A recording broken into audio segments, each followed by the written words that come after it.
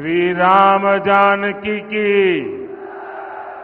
श्री राम जानकी की, बाबा पटियावाले की, बाबा पटियावाले की।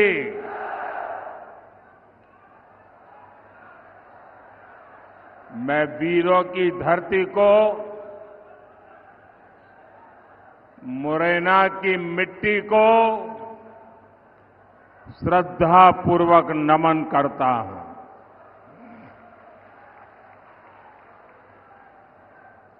मुरैना ने हमेशा उन्हीं का साथ दिया है जिनके लिए राष्ट्र प्रथम है। आप सबका उत्साह देखकर मैं कह सकता हूं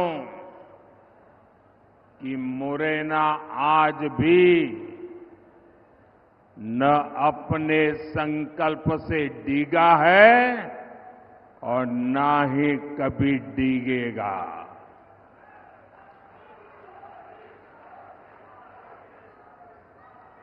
मुरैना ने मन बना लिया है, फिर एक बार,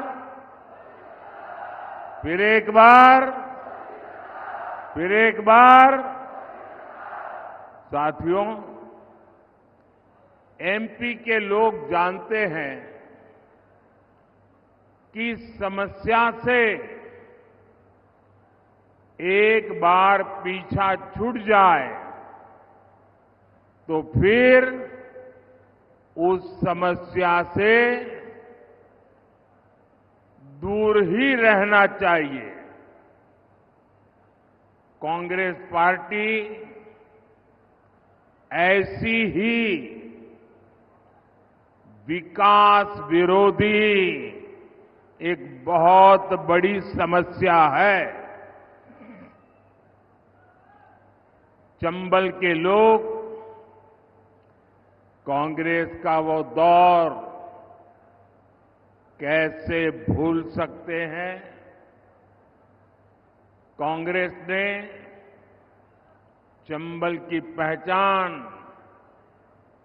खराब कानून व्यवस्था ऐसे क्षेत्र के तौर पर बना दी थी।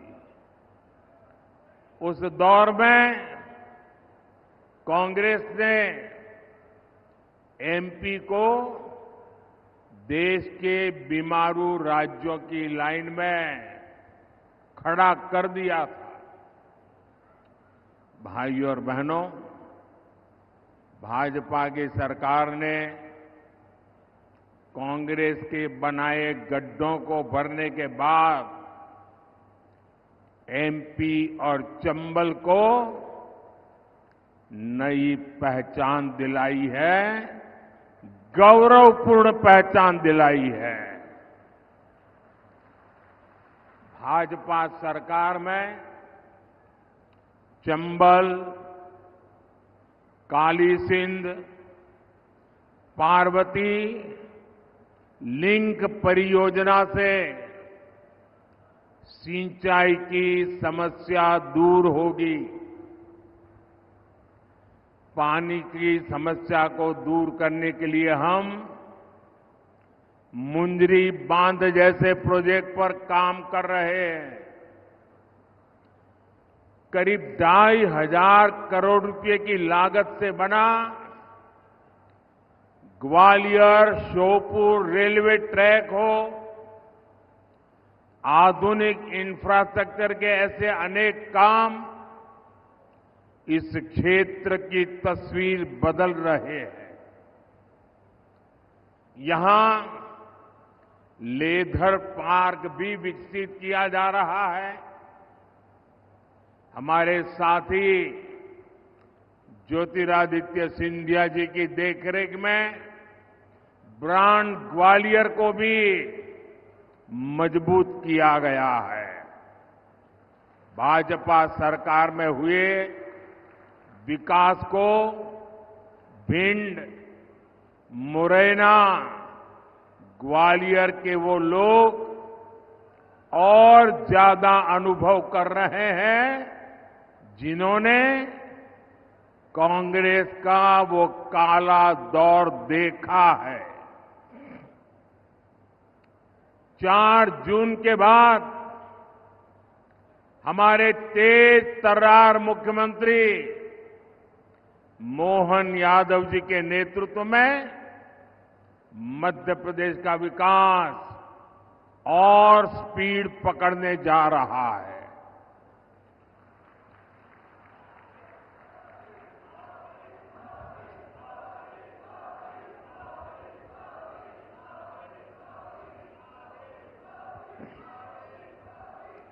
साथियों, भाजपा के लिए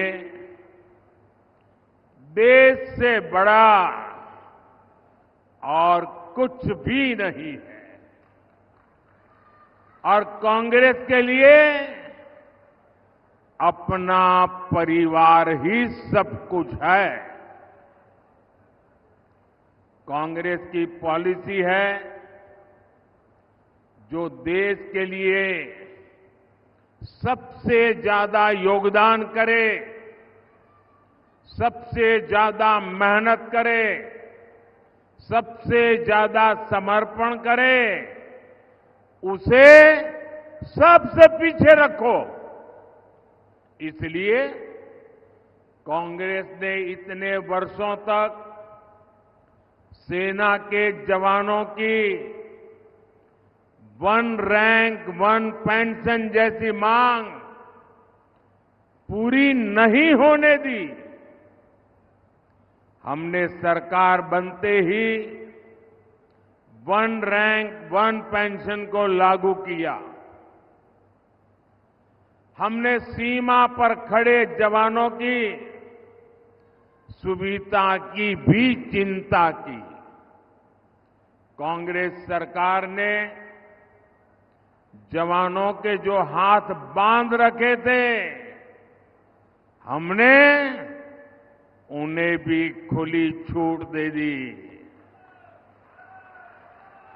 हमने कहा, अगर 1 गोली आती है 10 गोली चलनी चाहिए।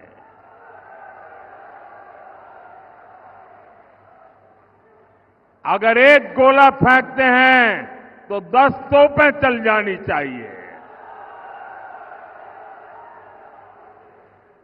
भाइयों और बहनों, आज हम देश में लाखों स्वयं सहायता समूहों के जरिए महिलाओं की मदद कर रहे हैं।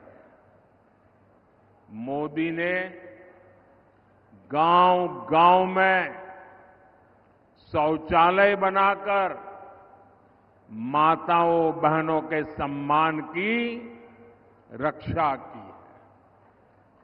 अब अगले 5 वर्षों के लिए मोदी ने 3 करोड़ महिलाओं को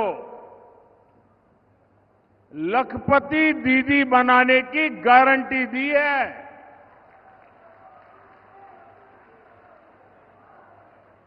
3 करोड़ महिलाएं जब लखपति दीदी बनती है तो उस परिवार की, उस गांव की सारी अर्थव्यवस्था तेज गति से दौड़ने लग जाती है। साथियों, आप सब जानते हैं, आजादी के समय कांग्रेस ने धर्म के नाम पर देश का विभाजन स्वीकार किया था। मां भारती के हाथों की जंजीरें काटने के बजाय कांग्रेस ने मां भारती की भुजाएं ही काट दी थी, देश के टुकड़े कर दिए थे।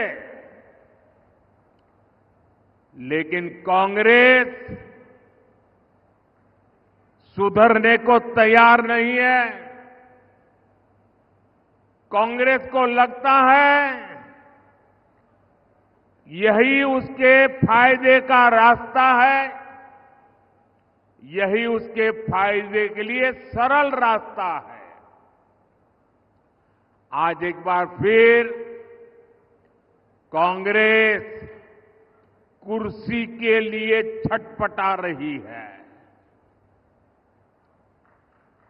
और कुर्सी पाने के लिए भांति भांति के खेल खेल रही है। देश के कोटि कोटि नागरिकों के आंखों में धूल झोंककर सत्ता हथियाने के लिए आपके भविष्य को बर्बाद करने पर तुली हुई है। ये लोग फिर से धार्मिक तुष्टीकरण को मोहरा बना रहे हैं। साथियों, कर्नाटका में कांग्रेस सरकार का राज है और उन्होंने क्या पाप किया है, आप हैरान हो जाओगे। मुझे बताइए कि आपके गांव में कोई आकर के कह दे कि भाई इस गांव में सारे के सारे लोग अब ये नहीं ये हो गए, तो आपको मंजूर होगा क्या? कांग्रेस सरकार ने कर्नाटका में जितने भी मुस्लिम समाज के लोग हैं, उच्च वर्ग के होंगे, धनी होंगे, व्यापारी होंगे, उद्योगपति होंगे, न्यायमूर्ति होंगे, कोई भी होंगे, बस सिर्फ वो मुसलमान होना चाहिए। अगर वो मुसलमान है तो उन्होंने रातों रात एक कागज निकालकर हस्ताक्षर करके उन सबको ओबीसी घोषित कर दिया। अभी ओबीसी घोषित कर दिया तो बहुत बड़ा तूफान हो गया।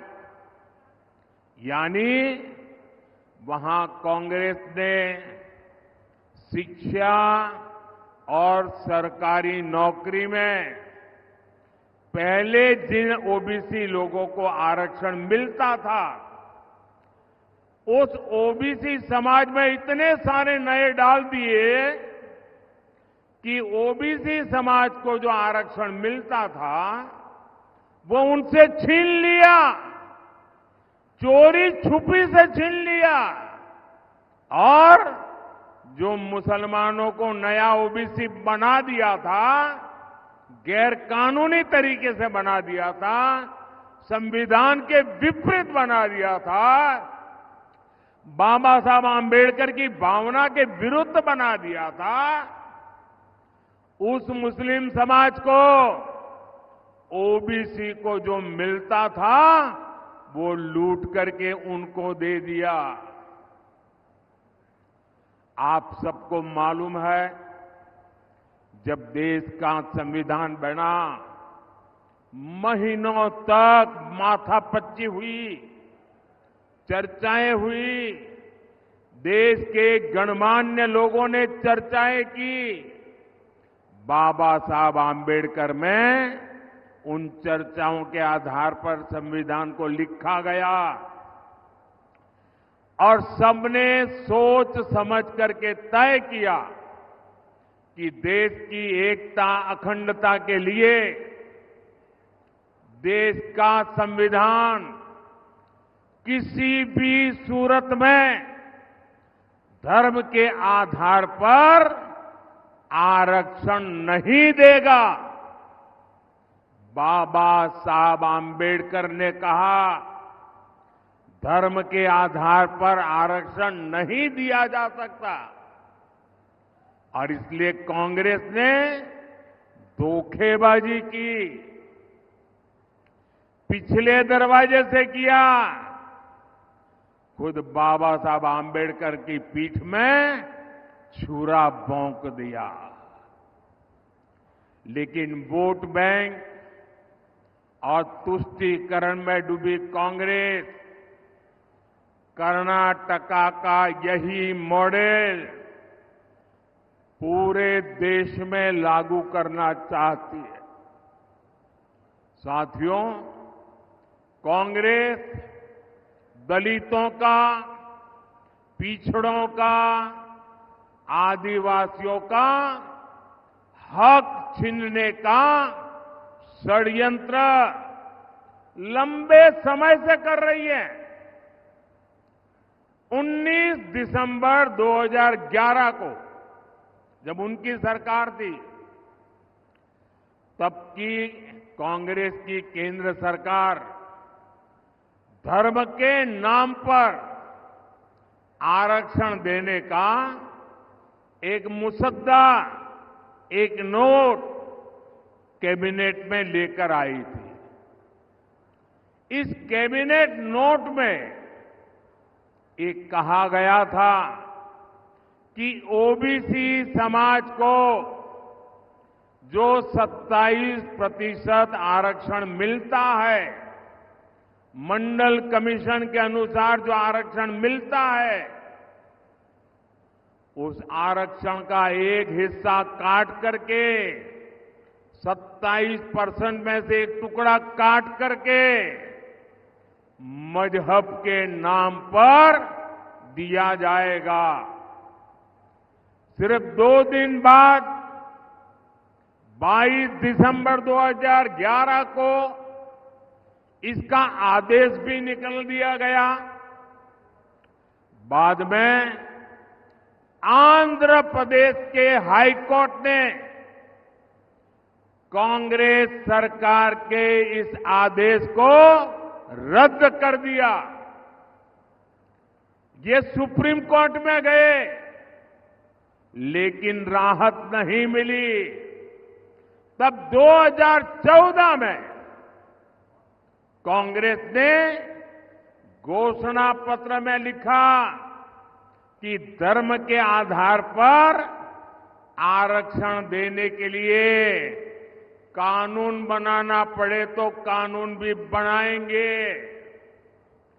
तो 2014 में ओबीसी समाज जग गया, दलित समाज जग गया, आदिवासी समाज जग गया और उन्होंने तय किया कि ये लोग तो अगर ये करेंगे तो हमारी तो आने वाली पीढ़ियां बर्बाद हो जाएगी, हमारे सपने चूर चूर हो जाएंगे।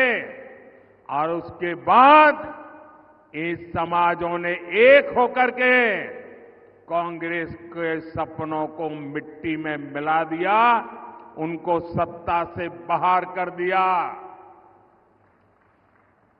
फिर भी सुधरने को तैयार नहीं है। अब ये वो अधूरा काम पूरा करने के लिए फिर से नई चाल चलने लगे हैं। कांग्रेस की चली तो यहां मध्य प्रदेश में जो हमारे कुशवाहा भाई बहन हैं, गुर्जर भाई बहन है, यादव भाई बहन है, गडरिया भाई बहन है, धाकड़ प्रजापति समाज हो, ऐसे सब समाज को जो आरक्षण मिलता है, जैसे हमारे यहां कुमार, तेली, माझी, नाई, सुनार समाज, ऐसे समाजों को जो आरक्षण मिलता है, कांग्रेस इन सभी ओबीसी जातियों से उनका हिस्सा छीनकर अपने चहेते वोट बैंक को मजबूत करने के लिए उनके चरणों में देने का मन बना करके बैठी है। आप मुरैना के लोग मुझे बताइए, क्या आप ऐसा पाप होने देंगे? पूरी ताकत से बताइए। उनको जरा डर लगे ऐसा करिए। क्या ऐसा होने देंगे? ये ओबीसी का हक छीनने वालों को पूरी तरह साफ कर देंगे, चुन चुन करके साफ कर देंगे, हर पोलिंग बूथ में साफ कर देंगे। साथियों, भाजपा सबका साथ, सबका विकास के मंत्र पर चलने वाली पार्टी है। भाजपा सरकार अगर जरूरतमंदों को कोविड के समय अगर राशन की जरूरत है तो कोई भेदभाव नहीं, न जाति का भेदभाव, न धर्म का भेदभाव, जरूरतमंद 80 करोड़ लोगों को मुफ्त राशन देता रहा। क्या कभी आपने कोई शिकायत सुनी है? आपने कभी सुना है कि हमारे गांव में वो मुसलमान भाई है इसलिए उसको मिलता नहीं है? कभी सुना है? भाइयों बहनों, भाजपा सरकार ने 4 करोड़ गरीबों को पक्के मकान दिए। ये घर बिना भेदभाव हर धर्म के लोगों को मिले हैं। क्या किसी गांव में ने कोई शिकायत सुनी है कि भाई धर्म के आधार पर मुझे मकान नहीं मिला? ऐसा सुना है क्या? यहां भाजपा सरकार है कि नहीं है? दिल्ली में भाजपा सरकार है कि नहीं है? कोई भेदभाव की खबर सुनी है क्या? भाजपा सरकार ने 11 करोड़ घरों तक पीने का पानी का कनेक्शन पहुंचाया है। कोई जातिवाद नहीं होने दिया, कोई धर्म के नाम पर भेदभाव नहीं होने दिया, क्योंकि सबका साथ सबका विकास ये हमारा मंत्र है। हर धर्म, हर समाज को ये लाभ समान रूप से मिलना चाहिए। समान रूप से मिलना चाहिए कि नहीं मिलना चाहिए? अगर सबको समान रूप से मिलता है तो आपकी कोई शिकायत होती है क्या? लेकिन अगर कांग्रेस आती है तो ये सारी सुविधाएं दलितों, पिछड़ों, आदिवासियों और सामान्य वर्ग के गरीबों को नहीं मिलती। कांग्रेस की चले तो गरीब कल्याण की योजनाओं का लाभ भी धर्म के आधार पर देती, क्योंकि कांग्रेस तो डंके की चोट पर यही कहती है कि देश के संसाधनों पर पहला हक मुसलमानों का है। मोदी कहता है देश के संसाधनों पर पहला हक इस देश के गरीबों का है, इस देश के पिछड़ों का है, इस देश के आदिवासियों का है। साथियों, कांग्रेस एक के बाद एक ऐसी घोषणाएं कर रही है जो देश को भी कमजोर करेगी और आपके परिवार को भी कमजोर करोगी।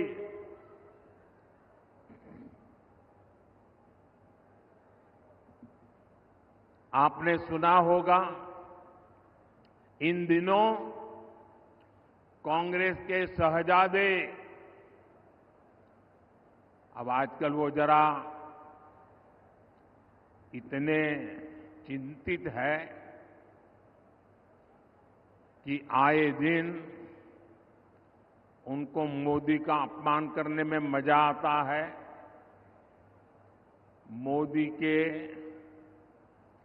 लिए भला बुरा कहना उनको मजा आ रहा है, वो कुछ भी बोलते जा रहे हैं।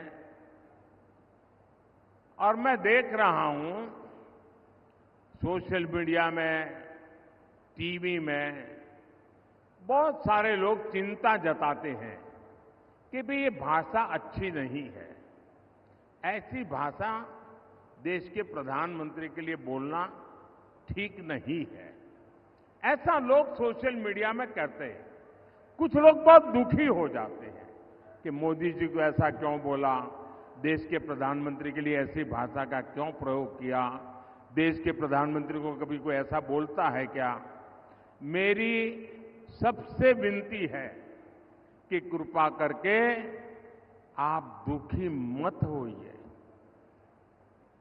आप गुस्सा मत कीजिए।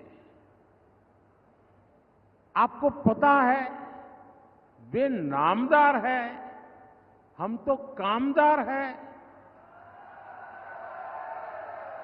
और नामदार तो कामदार को सदियों से ऐसे ही गाली गलौज करते आए हुए हैं, ऐसे ही ठोकर मारते आए हुए। तो भाई मैं तो आप में से आता हूं, गरीबी से निकला हूं। अगर 5-50 गालियां पड़ जाएगी तो पड़ जाएगी, आप गुस्सा मत कीजिए। मैं सबको कहता हूं, आप लोग नाराजगी मत व्यक्त कीजिए। वो इतने निराश है कि अभी आगे आगे तो और बहुत कुछ बोलेंगे, आप अपना समय खराब मत कीजिए। तो ये मेरी सोशल मीडिया में जो लोग बहुत नाराजगी से कुछ न कुछ कहते रहते हैं, टीवी मीडिया वाले भी कहते हैं, मेरी करबद्ध प्रार्थना है भाई, इन नामदारों को कुछ मत कहो। हम कामदार सहन करने के लिए पैदा हुए हैं, हम सहन करेंगे, सहन भी करेंगे और मां भारती की सेवा भी करेंगे। हम जरा भी पीछे नहीं हटेंगे दोस्तों, जरा भी रुकेंगे नहीं। ये मैं देशवासियों को विश्वास दिलाता हूं। आजकल इस शाही परिवार के शहजादे पूरे देश में बढ़ चढ़कर के कह रहे हैं, अब आपकी संपत्ति का एक्सरे होगा, एक्सरे। और आपकी अलमारी में क्या पड़ा है, किसी माता बहन ने कुछ बचत अनाज के डिब्बे में अगर दबा करके रखी है, एक्सरे करके खोजा जाएगा। लॉकर में क्या पड़ा है, एक्सरे करके खोजा जाएगा। आप जो कमाई करते हैं, हमारी माताओं बहनों के पास जो स्त्री धन होता है, जो स्त्री धन बहुत पवित्र होता है, कोई उसको हाथ नहीं लगाता है, कोई उसको छूता नहीं है। मंगलसूत्र हो, छोटा मोटा सोना चांदी का गहना हो, इसे पवित्र माना जाता है। कांग्रेस उसे जब्त करके अपनी वोट बैंक मजबूत करने के लिए उसे बांटने की सार्वजनिक घोषणा कर रही है, मैनिफेस्टो में बता रही है। और मैंने तो पहले दिन कहा था कि इनका मैनिफेस्टो पूरी तरह मुस्लिम लीग की सोच का ही प्रतिबिंब है। और साथियों, ये एक्सरे करके आपको लूटने की योजना बना रहे हैं। क्या आप उनको आपकी संपत्ति छीनने का अधिकार देंगे क्या? इनको चुनाव में जीतने देंगे क्या? इतना ही नहीं, ये इससे भी संतुष्ट नहीं है।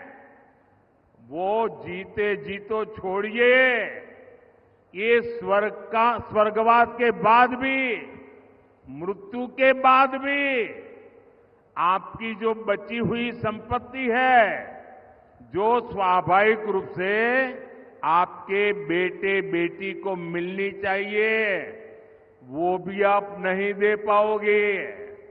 आपने कितनी ही मेहनत करके बच्चों के लिए इकट्ठा किया होगा, कांग्रेस वाले कहते हैं कि उनकी सरकार आएगी तो वो भी डुब्बे में से गुल कर दिया जाए। ऑफिशियली कहते हैं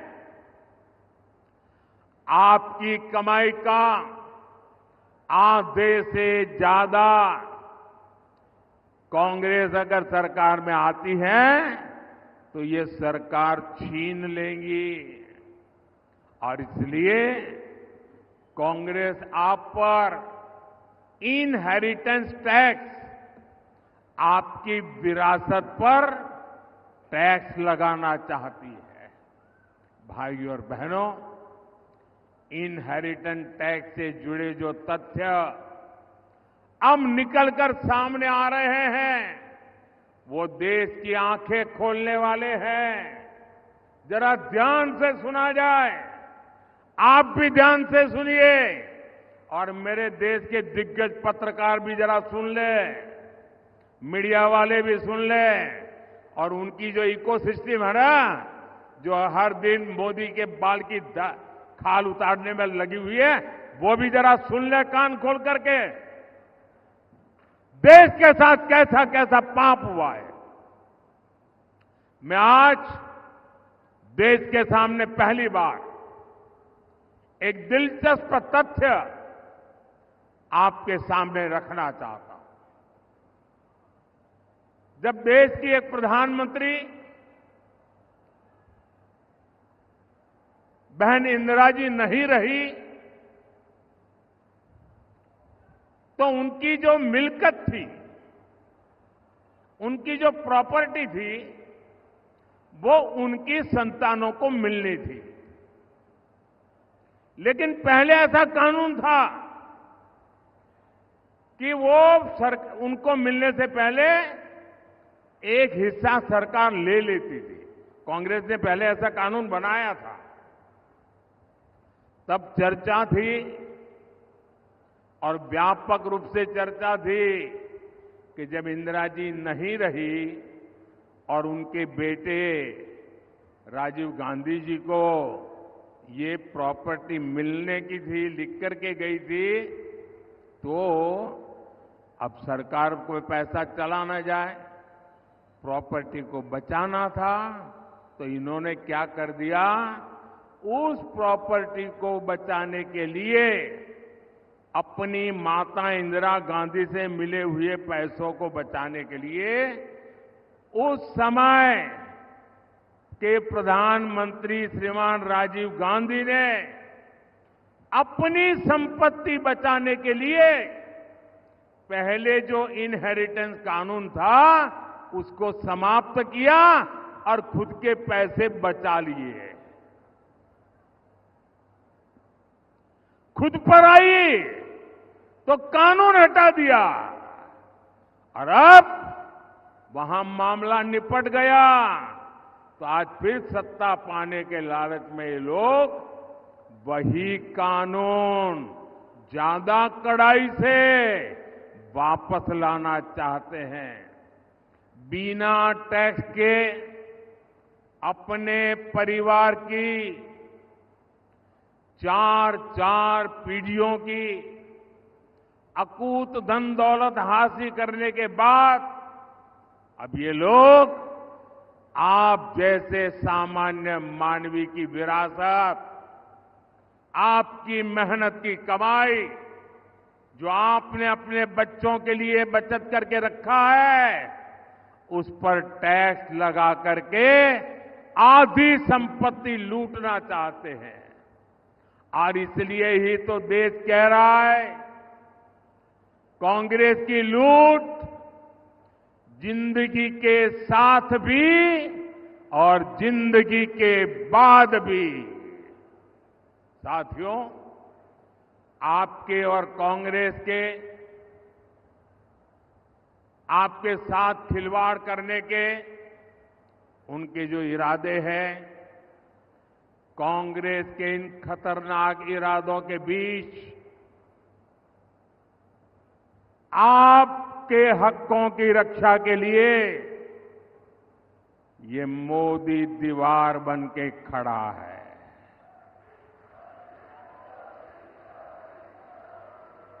ये गाली गलौज इसलिए हो रहा है क्योंकि मोदी 56 इंच का सीना तान करके खड़ा हो गया है। इनके मंसूबे सफल नहीं होंगे, इनके मंसूबे सफल नहीं होंगे, ये मोदी की गारंटी है। लेकिन इसमें आपकी भी बड़ी भूमिका है।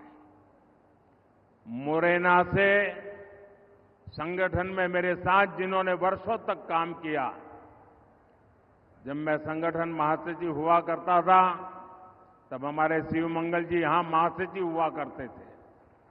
ऐसे मुरैना से हमारे शिवमंगल सिंह जी तोमर, भिंड से हमारी बहन संध्या राय और ग्वालियर से हमारे साथी भरत सिंह कुशवाहा जी 7 मई को इनको जितनी ज्यादा संख्या में वोट मिलेंगे मोदी उतना ही मजबूत होगा।